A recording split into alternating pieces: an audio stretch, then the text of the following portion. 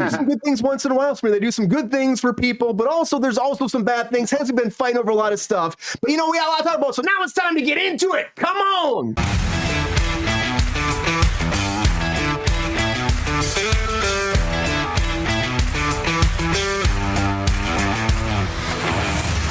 The very first thing I want to talk about, the very first thing is, again, about AI, because AI stuff is popping up all the time. We're talking about it, like worried about it. Of course, this big actor contract was big about AI. And one of the contract things that came out very last minute was consent for people that actually passed away, because that's a big thing. You start using actors who are dead and then you recreate them and resurrect them in a lot of ways and bring them back to the screen. Well, this has actually happened. So this is one of the first ones I've heard about, but this is a path that I think is going to be happening more and more. We're talk to everybody about this, but there's a actual French singer that's the very first movie news. Her name is Edith Piaf, and back in the day, she was like huge back in the 20s, and she died actually in 1963.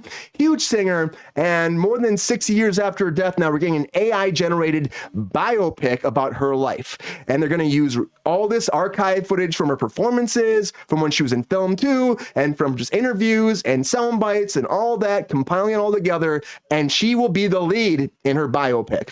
All AI generated, all the songs, using some of her big songs like Via en Rose, Non Je ne regrette rien, like all these, taking these songs and bringing them to the big screen, but they're doing a 90-minute movie. And it's Warner Entertainment that's doing it, working with the family and the estate, and they're putting this together and recreating a whole story about her life. And it's a very tragic story, too, if you don't know about it. She actually died from liver cancer. And it was one of those things that she was like really into drugs, really into alcohol, great performance. She died in her 40s, and she just had a bad life. She lost her sight when she was young, and then she got it back. Like a weird thing happened. She was in a lot of car accidents. Just a tragic story, a story that almost screams for a biopic. But we never had this where we're actually diving into AI and recreating the person for the actual performance, but that is happening. Again, she died at the age of 47, and I don't know if she liked this or not, but her family is all about this, and they're using animation to make it happen and AI. So again, this is the first time we're talking about this, but again, I feel like this is the first time of many times we're going to be talking about this, because it just blows my mind that we're actually in a world where we just had this huge contract, and then there's an announcement about we're going to recreate somebody with AI and make a whole biopic about it. So kind of funny. Ron, what do you think about this? Is this a trend that's going to be happening now? Would you see something like this? Again, this is somebody that they say the younger generation have no idea who she is. Someone that kind of falls in line with someone just, nowadays they die at 27. They had a great career, but it was taken short. This is the same kind of feeling from back in the 20s. Is it a good thing to do with this person, or is this going to lead to a lot of problems in the future? Brian, I think we are on the very tip of the iceberg of AI. I think they've been waiting at the gates just to start delivering what they're going to try doing with things. I never thought about posthumously doing something with an actor, but yeah, it makes sense. I think that's a horrible idea. I just think we're getting way ahead of ourselves with this stuff, and we're not going to be able to wheel it back in. It's like, I heard a really great quote once. It's like driving a car fast before they invented seatbelts. What are we doing? What are we doing? They have no ideas. That's the thing. It could be like, maybe it could be a great thing, but overall it could be horrible, Ron. Like, you don't even know. It's like the AI technology is getting crazy. Recently, I think the cops are coming for us right now because we're talking about AI. That's what's happening. They're coming for us. The AMPTP police are coming for us. They're coming. Me? You want me to go? Okay. But I just, like, over the weekend, I was actually listening to. It's crazy. I heard there's Frank Sinatra AI singing all these songs, and it's like, it sounds like Frank Sinatra singing it. It's insane how good it is. So if you can do that with just music, and then you're putting it on the screen, you won't even know it's them. It's AI eventually. I think it's just actual person resurrected on the big screen again. It's crazy. And apparently, according to this new contract, the estates will be getting paid, and her estate is very much involved in this. But I agree with you. I just think this is the precipice of where it's going to go. I'm just scared about the future for actors. Hopefully, it doesn't take jobs away from other people. Someone could make this performance, could make their career playing this person, And that's how the world has been, right? Sabrina, like, do you think that this is going to be a problem? Like, you're going to lose jobs to AI like this? And when someone could actually recreate someone's career and it'd be such a beautiful thing that's just going to be gone now, the art will be changed and lost, maybe? I mean, this is 100% against, like, I don't even know how are they like legally allowed to do this right now, currently? You know what I mean? Like, because there's nothing in place yet. Like, this is the whole thing with like the current contract that SAG is trying to push through. Like, they're allowing a lot of shit like this, not this specifically, but they're allowing a lot of room for AI to take jobs away from actors. So if you are going to recreate this, I mean, also, okay, how many biopics are like literally the reason why actors get Oscars? Yeah. So many. Oh my God. Like so many. Like Renee Zellweger, who's the guy from I Robot something? Rami Malek? No, the guy who did Bohemian Rhapsody. Yeah, Rami Malek. Oh, Freddie. I'm sorry. Yeah. Rami Malek. Whoever the kid was who played Elton John, didn't he get an Oscar too? I think he got a nod, but I don't think he got because it was a musical. Whatever, you're nominated, bro. That's a big deal. Like, there's so many like biopics that Egerton, good call, whoever said that. I'm sorry. That like give people Oscar nods. Like those are like actors like greatest like little fucking fruits to like feed upon. Like it's really, really difficult to embody another human being. And you know, look at Meryl Streep. You're right, Ron. Like even people who are like not like who don't like what's his name? Val Kilmer played Jim Morrison. Didn't get an Oscar nom, but he was spectacular in that fucking role. Oliver Stone movie, great movie. If you haven't seen it, check it out. Also, I feel like someone could have had an amazing opportunity to play this woman and do her justice.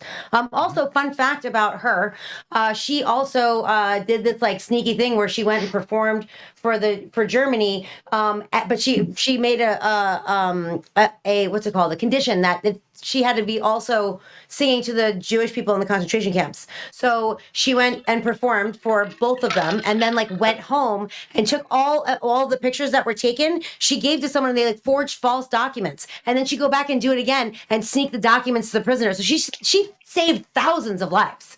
You know, like, by doing these performances. So on top of being an amazing singer and kicking ass as a woman and a human being, she like saved a bunch of lives. So I would really, as an actress, love the opportunity to play someone so multifaceted, so layered, so tortured, so amazing. So I really think that it's shitty that they're, you know, gonna give it up to a computer. Like that's pretty fucked. And I hope it's not a trend.